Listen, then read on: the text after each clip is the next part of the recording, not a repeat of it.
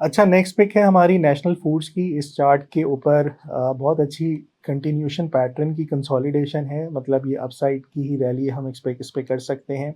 Right now एक अच्छी trend line की सपोर्ट को या सपोर्ट जोन को टेस्ट करके बाउंस कर रहा है।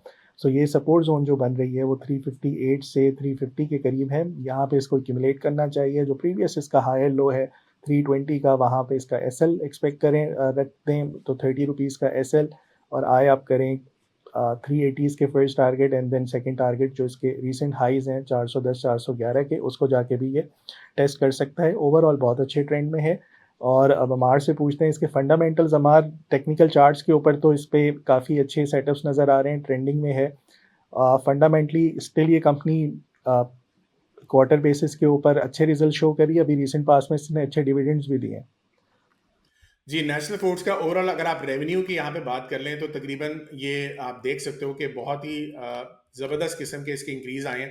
तकरीबन 17 से 20% के पास इसकी रेवेन्यू ग्रोथ हुई है, जो कि फूड सेक्टर में आप देखेंगे बाकी कंपनीज की निस्बतन कम है। नेशनल फूड्स ने इसको बहुत ज़बरदस्त बरकरार रखा है।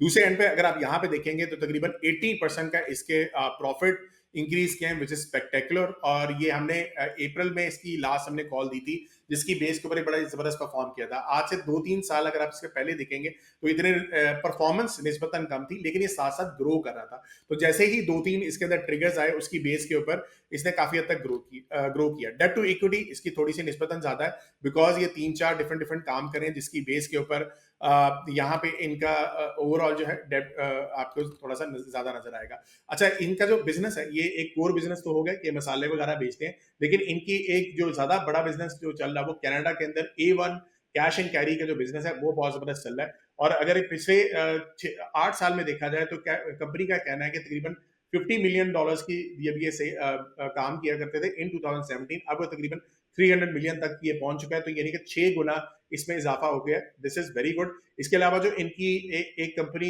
जिस तरह से दुबई के अंदर वो काफी ज्यादा लॉस भी करी है, national food Dubai multi company commodity centre इसको कहते हैं, NFDMCC, ठीक है, ये वाली कंपनी थी। अब वो प्लान करिए डाइवर्स करने के लिए इन A1 बैग्स एंड सप्लाईज, जो ऑलरेडी इसके अंदर उन्होंने पहले इन्वेस्टमेंट की हुई थी उसमें डाइवर्स करें, ठीक है। और इसमें से एक कंपनी इनकी नेशनल एपिक्योर के नाम से थी, जिन्होंने उन्होंने 60% शेयर लिया हुआ था। अब ये करने का मकसद यही है कि अपने जो थोड़े बहुत एक दो जगहों से उनके लॉसेस आ रहे हैं वो जब कम होंगे तो अगेन अल्टीमेटली क्या होगा, इनके प्रॉफिट्स जनरेट होंगे।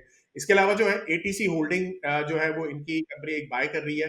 40 कंट्रीज के अंदर ये एक्सपोर्ट करते हैं। फैसलाबाद के अंदर इन्होंने फैसिलिटी लगाई है, जो कि तकरीबन 6000 टन पर मंथ जो है इनको अगेन उसमें प्रोडक्ट्स में इजाफा मिलेगा।